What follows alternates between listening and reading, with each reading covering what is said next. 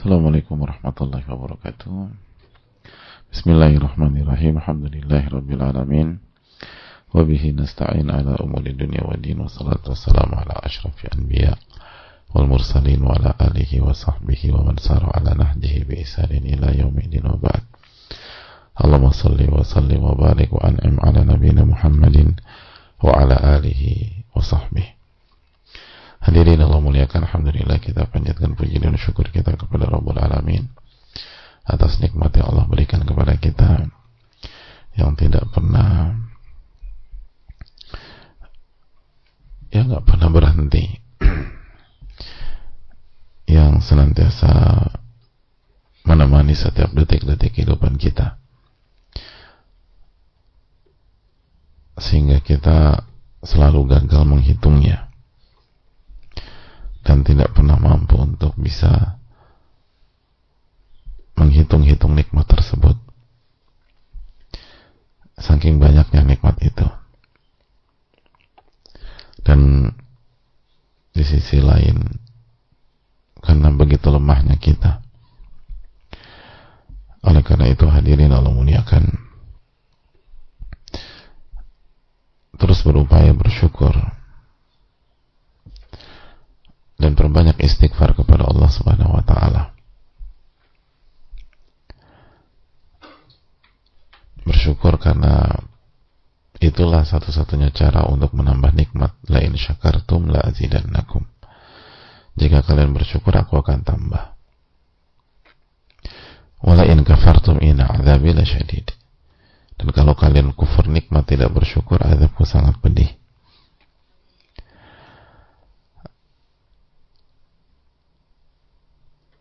Dan beristighfar karena kita lalai hadirin, kita penuh kekurangan untuk menjalankan tugas-tugas kita. Di antaranya adalah tugas bersyukur kepada Allah Subhanahu wa taala. Maka perpaduan ini harus terus menjadi warna di dalam hari-hari kita. Dan semoga Allah memberikan taufik kepada kita untuk melaksanakannya. Amin ya rabbal alamin.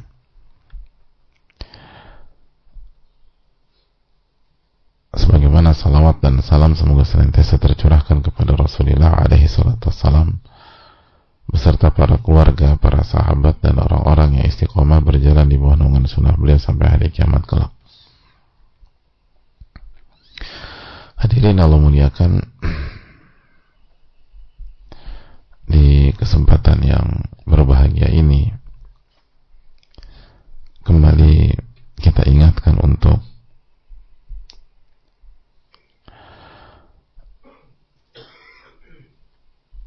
senantiasa fokus pada ilmu nafi, tentu saja dengan segala kekhilafan kita, karena itu yang dicari dan diminta oleh Rasulullah SAW.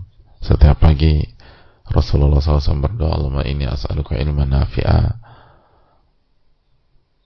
wa rizqan thayyiban wa amalan mutaqabbalah. Ya Allah, berikanlah aku ilmu yang bermanfaat dan rezeki yang baik, yang halal, dan amalan yang diterima. Setiap pagi beliau membaca doa itu, Allahumma inni as'aluka ilman nafi'a wa rizqan thayyiban wa amalan mutaqabbalah. Ya Allah, berikanlah kami ilmu yang bermanfaat, atau berilah aku ilmu yang bermanfaat, rezeki yang baik dan halal, dan amalan yang diterima. Jadi ilmu yang bermanfaat itulah yang diminta dan dicari oleh Rasulullah SAW. Bukan ilmu sebatas tahu dan sebatas ngerti dan sebatas paham. Sebagaimana yang sering kita ingatkan bahwa ada banyak orang pagi ini nggak sholat subuh, dan kalau mereka ditanya paham tidak sholat subuh itu wajib, maka jawabannya paham, tapi nggak sholat subuh. Itu menunjukkan ada perbedaan antara ilmu sebatas pemahaman dengan ilmu nafi, ilmu yang bermanfaat.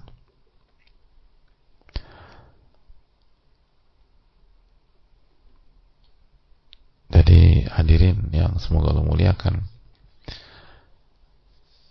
disinilah pentingnya doa di sana, disitulah pentingnya meminta, dan disitulah pentingnya mengerti apa yang sedang kita upayakan dan kita perjuangkan. Sehingga bab-bab yang kita pelajari dalam Riyadhus Shalihin itu bukan hanya sekedar mengerti, paham, mencatat, tapi bab-bab tersebut perlu dan harus diupayakan untuk diamalkan.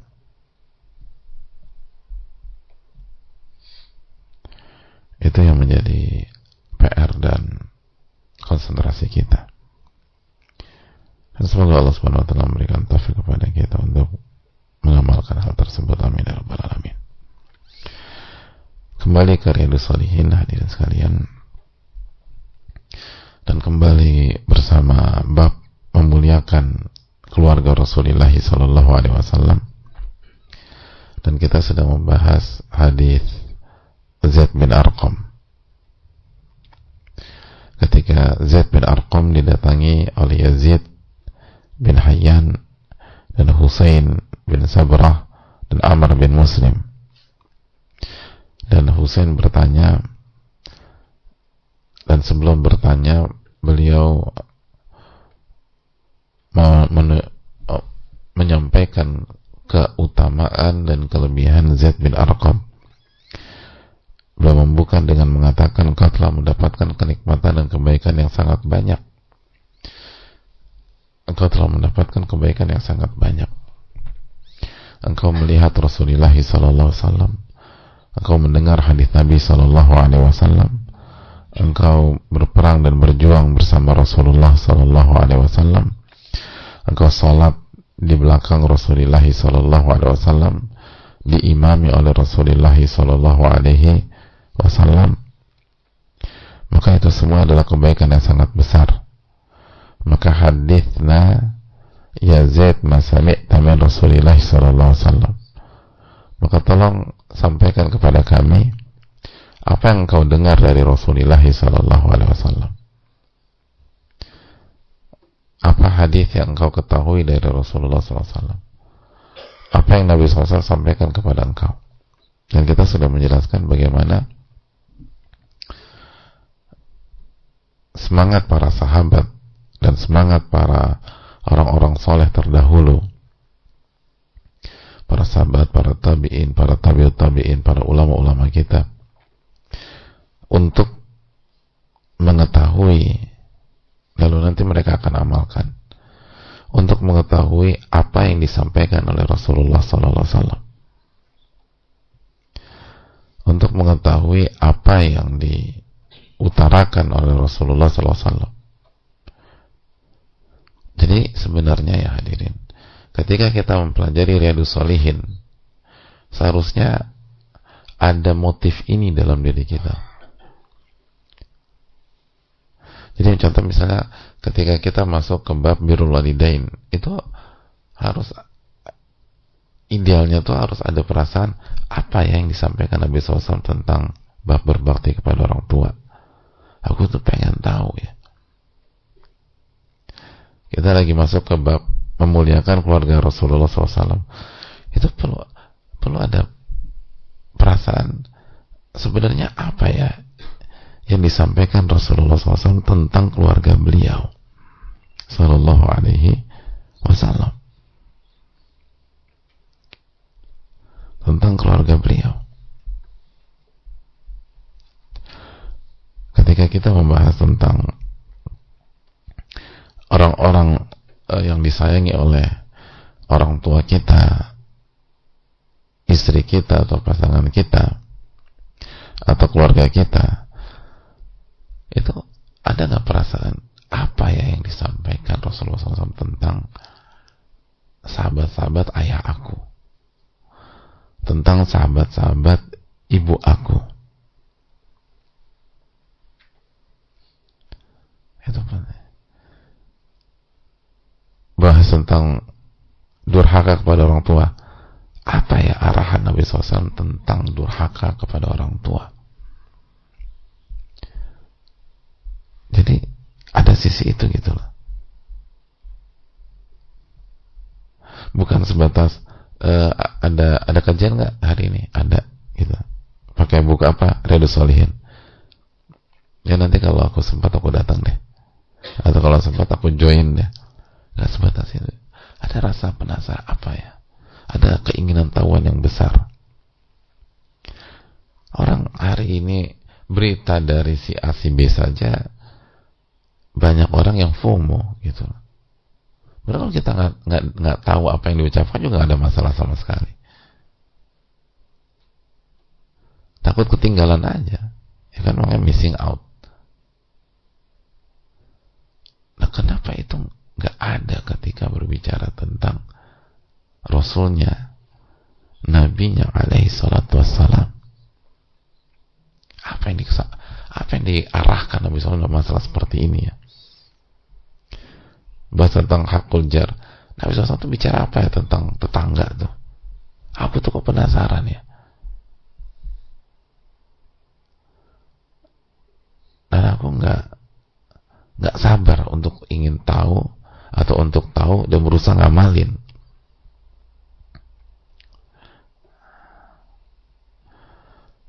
Lagi bahas tentang bab wujub amrihi ahlahu wa auladihi wa auladahu al-mumayyizin. Bab perintah untuk memerintahkan istri, anak-anak, keluarga yang sudah tamyiz, yang bisa membedakan, agar mereka taat kepada Allah Subhanahu wa taala. Jadi hadirin Allah muliakan,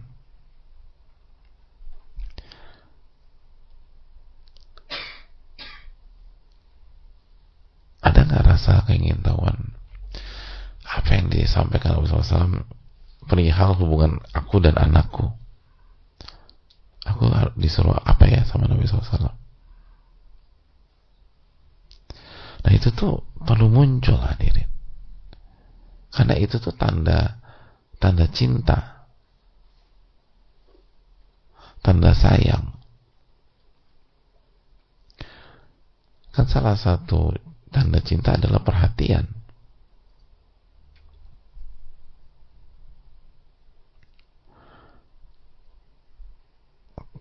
Kalau nggak ada perhatian, susah kita simpulkan bahwa seseorang itu mencintai. Nah, seberapa besar perhatian kita terhadap hadis-hadis Nabi kita sallallahu alaihi wasallam, sebagaimana tentu saja seberapa besar perhatian kita terhadap firman-firman Allah tabaraka wa ta'ala.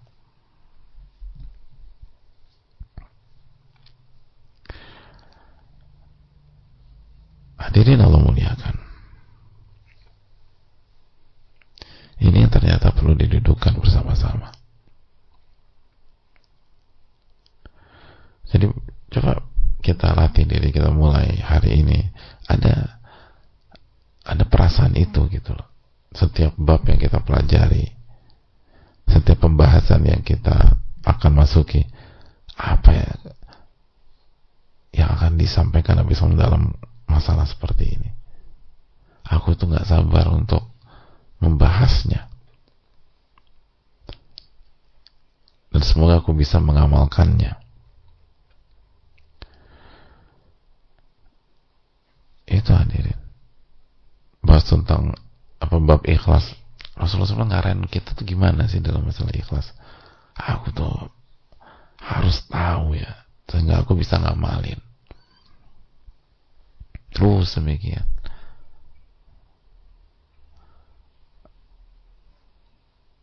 Jadi dan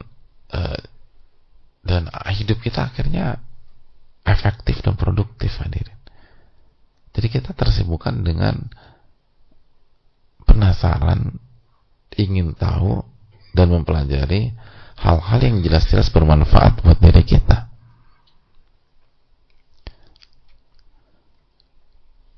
Dan kita bersama pihak yang memang benar-benar direkomendasikan, yaitu Rasulullah SAW. Dan arahan beliau, ujangan beliau, wasiat beliau, tuntunan beliau sallallahu alaihi wasallam itu benar-benar bermanfaat buat kehidupan kita, bukan hanya sekedar penasaran terus tahu terus nguap gitu loh. Bukan nguap mulut ya, tapi maksudnya itu maklumat udah nguap aja, nggak ada gunanya juga. Hari ini kita tahu, besok udah kita udah nggak ngebahas itu lagi. Kenapa? Emang nggak ada gunanya itu pembahasan. Emang cuman bumbu aja. Emang cuman ngabisin waktu ketika kita bahas. Baru kita bahas tuh ada yang bahas setengah jam, ada yang bahas 1 jam. Habis itu udah.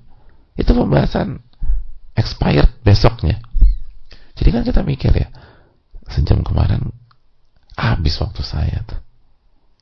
Sekarang udah berubah lagi pembahasan. Ternyata kemarin kita bahas hoax, ternyata nggak benar.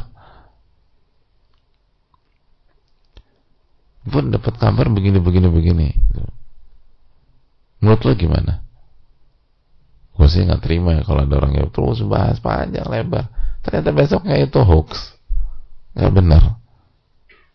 Waktu kita kemarin habis. Tapi coba kita mengkaji Al-Quranul Karim dan sunnah Nabi kita alaihi salatu wassalam, hadis-hadis Nabi kita alaihi salatu wassalam, sampai wafat berguna. Bahkan setelah wafat pun berguna buat akhirat kita.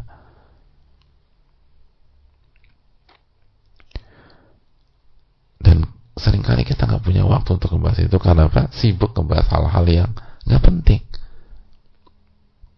Dan itu kata para ulama. Dalam konteks ini kan waktu itu cuma buat dua opsi. Kita sibukkan dengan hal-hal yang bermanfaat buat dunia dan akhirat kita,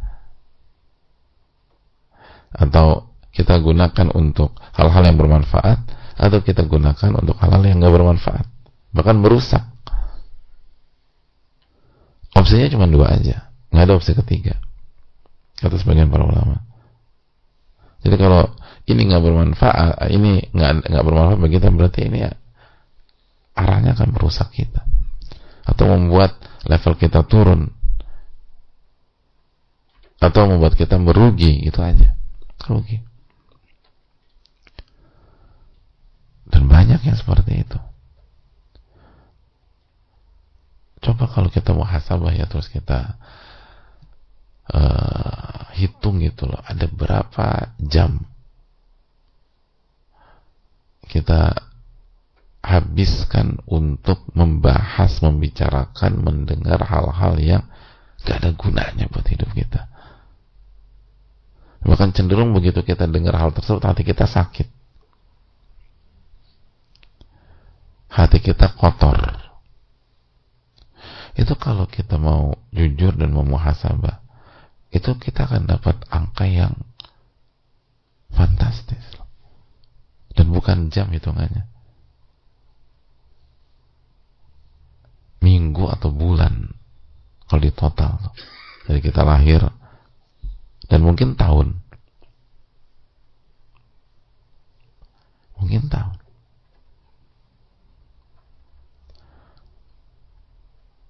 ya kan. Simpel aja, kalau orang usia 60 tahun lalu dari kecil dia tidur 8 jam, maka ketika dia usia 60 tahun, waktu yang dipakai buat tidur berapa jam? 20 apa? 20 tahun, bukan 20 jam. 20 tahun tidur tuh, putri tidur juga kalah tuh. 20 tahun 8 jam. Coba kita evaluasi, sebagian dari kita ngobrol hal yang gak penting, bisa gak sampai 8 jam sehari? Bisa loh. Walaupun dimulai bukan dari usia 1 bulan, 2 bulan, 3 bulan hidup ya, bukan.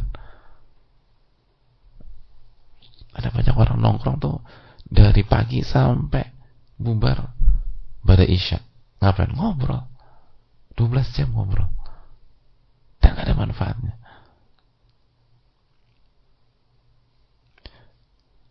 Jadi memang start ngobrolnya dari SMA, tapi dirapel gitu.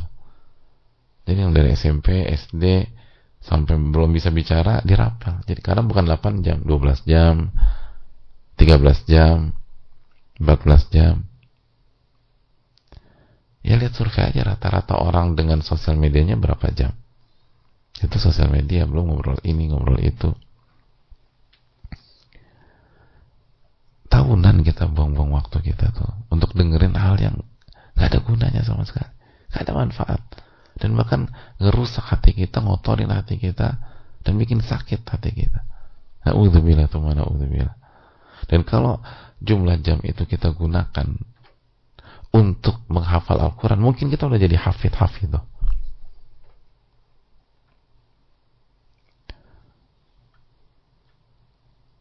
Dan itu real, itu bukan omong kosong, bukan apa, bukan khayalan, itu beneran. Makanya lihat profil para sahabat, para tabi'in. Bagaimana pembicaraan mereka tuh benar-benar simpel, terarah dan tajam. Tolong sampaikan apa yang kau dengar dari Rasulullah SAW. Dan ini kan nggak basa-basi, udah kasih opening singkat aja. Lalu tolong jelaskan tentang Rasulullah SAW. Asal kita ke kanan lah, ke kiri lah, ke depan lah, ke belakang, nggak ada gunanya. Dan itu semua disebabkan apa? Lemahnya iman. Kurang yakinnya kita bahwa Allah itu As-Sami', yang maha mendengar. Dan Allah akan mendengar segala ucapan kita. Dan apa yang kita dengar, Allah juga dengar. Allah tahu apa yang kita dengar. Al-Basir, Allah maha melihat.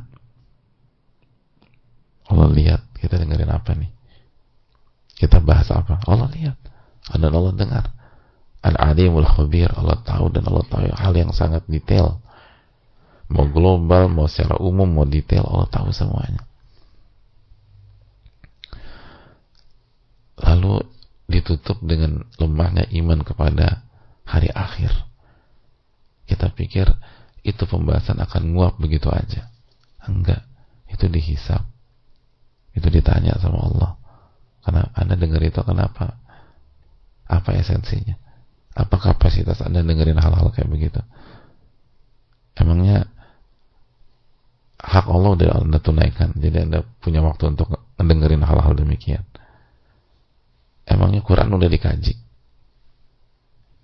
sehingga Anda FOMO A, FOMO B, FOMO C? Emangnya Anda udah bahas hadits-hadits Nabi SAW? Emangnya istri Anda haknya udah Anda penuhi? Suami Anda tuh sudah Anda penuhi haknya? Emangnya tuh anak-anak udah dididik? Terus. Oleh karena itu, hadirin Allah muliakan, marilah kita meneladani pola hidup dari orang-orang terbaik. Jadi bukan hanya baca sekilas gini aja. Makanya kan kita kan Riyadhus Shalihin ini kenapa digunakan para ulama di mana-mana, di berbagai macam belahan dunia, karena memang pembahasannya itu keseharian dan bukan hal receh. Ini dasar-dasar, dan ini hal-hal yang urgent untuk kita pahami bersama-sama. Saya rasa cukup sampai di sini. Jazakallahu khairan. Allahumma inna nas'aluka ilman nafi'an wa na'udzubika min ilmin la yanfa'. Subhanakallahumma wa bihamdika, la ilaha illa anta, astaghfiruka wa atubu ilaik. Assalamualaikum